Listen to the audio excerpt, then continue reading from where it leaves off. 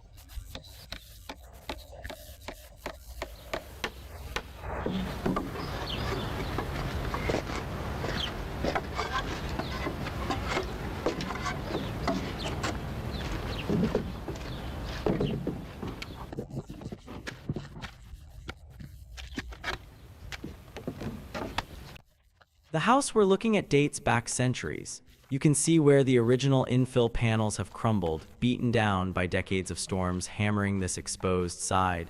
This isn't cosmetic damage. The timber frame beneath is vulnerable now, and without proper protection, the whole structure weakens season by season. Before any straw goes up, the framework needs a sealed edge. Watch as a thick oak pole gets nailed tight against the corner posts. Without this boundary, wind finds every gap and the cladding fails from the inside out.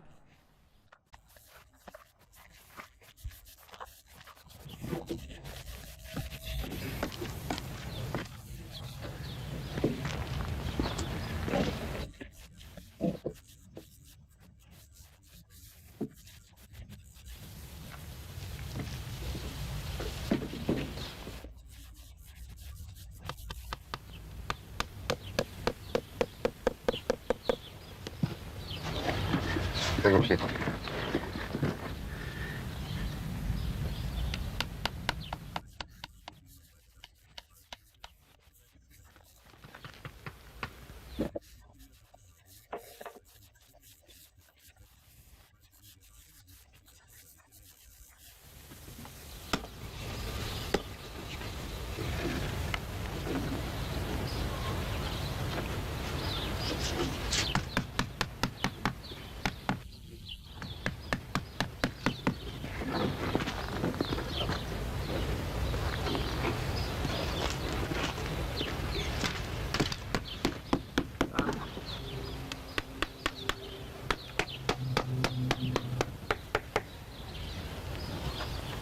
Now the real work begins. Over in the mixing area, there's a prepared batch of straw and clay waiting. The consistency matters more than you'd think. Too wet, it slides off. Too dry, it won't bond. That sheen on the surface tells you it's ready. The craftsman uses a board with an angled front edge to lift the mixture onto the sill beam first. That's intentional. The sill carries the entire wall's weight, so this foundation layer needs the strongest grip. A two-pronged hook pulls clay onto the board in thick, sticky portions. Bay by bay, the mixture spreads across every brace, rail, and post, creating an adhesive base for everything that follows.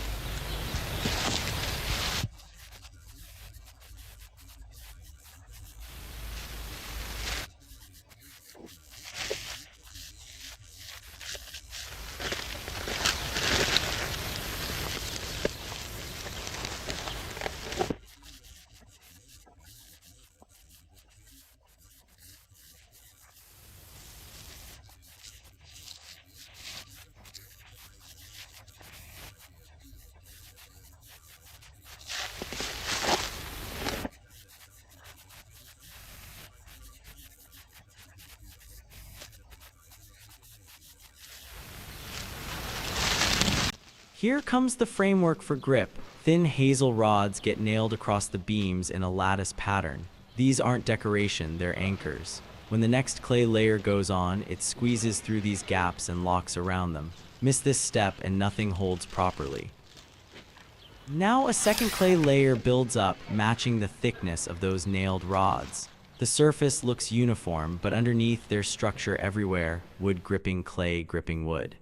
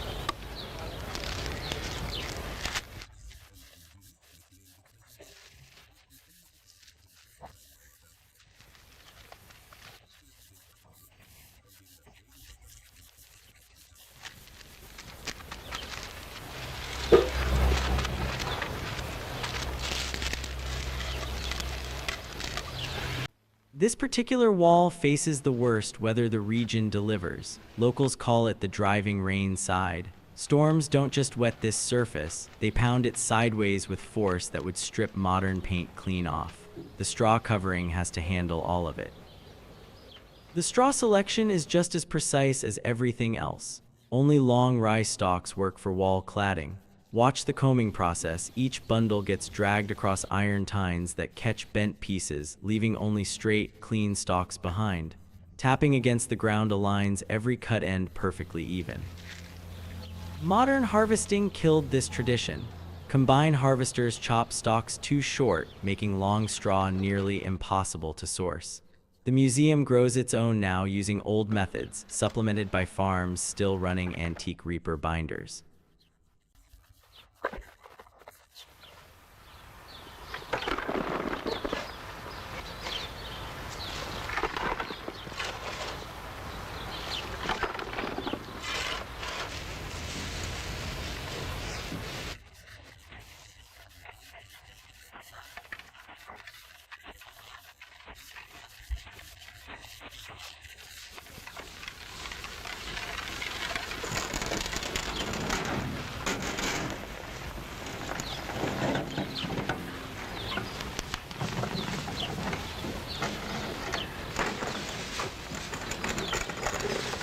A lever knife cuts each bundle to exact length.